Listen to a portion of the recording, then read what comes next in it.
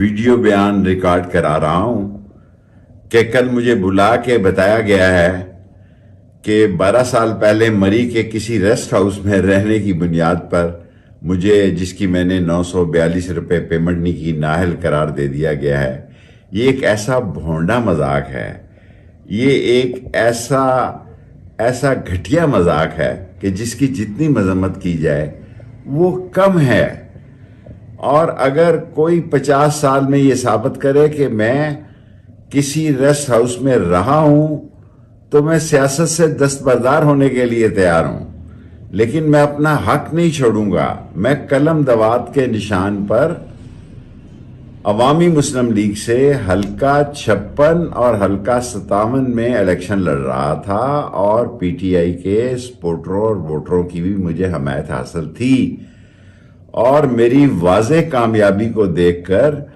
انہوں نے مجھے نااہل قرار دیا ہے۔ میں انشاءاللہ تعالی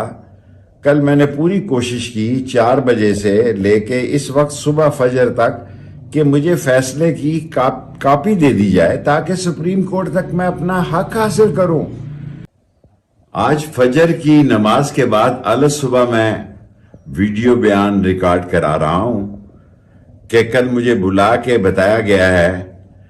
کہ 12 سال پہلے مری کے کسی ریسٹ ہاؤس میں رہنے کی بنیاد پر